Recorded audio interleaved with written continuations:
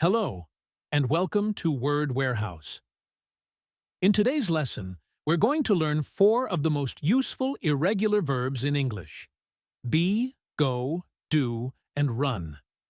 These are everyday verbs that you'll hear and use in countless real-life situations.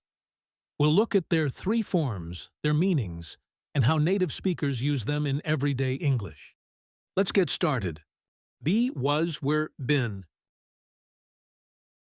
Be means to exist or describe people, things, places, or situations. She is very friendly. She was brunette before, but now she's blonde. It's been very kind of you to come. It's been very kind of you to help us. I've been to London 3 times. We use have been to when we mean to visit a place and return. I'm in London now. She has been in London since Monday.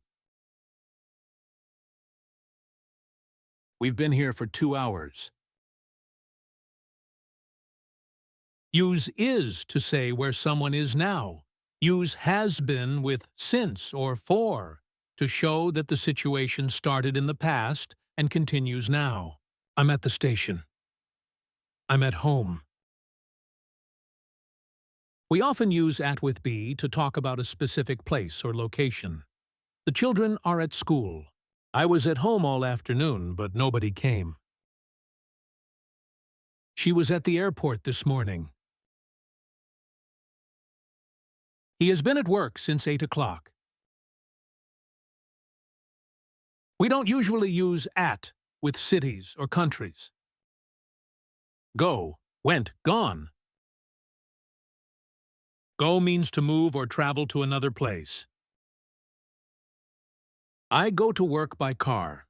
We use by to talk about the means of transport. Examples: she travels by train.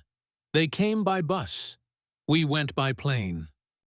But when we use a verb like drive, ride, or walk, we don't use by. I drive to work. She walked home. Use by plus transport. By train, by plane, by bus. Use on. We use on foot when we travel by walking. I usually go to work on foot. We use on when we travel by public transport or ride a bike. We usually say, on the bus. She's on the bus. On the train. They're on the train. On the plane. She was on the plane when I called her. He's on his bike. We normally use in with in a car, I'm in the car, in a taxi. We're in a taxi right now. I'll call you later. We went to Spain last summer. I'd like to go to Scotland next summer. I've already gone to the supermarket today. She's already gone home. I'd like to go to the gym more often. John isn't here. He's gone home. He's gone usually means he has left. However, in a sad or emotional context, it can also mean he has died. He passed away. The meaning depends on the situation. Do, did, done. Do means to perform an action, complete a task, or carry out an activity. Use do for actions, work, jobs, and activities. I do my homework every evening. He did all the shopping yesterday. I've already done the washing up. Use make when you create, build, or produce something. Make a cake. Make a mistake. A simple way to remember it is do, perform an action. Make, create something. Don't tell me how to do it. I've done it many times before, and I know how it's done. You'll sometimes hear people say, I'm done.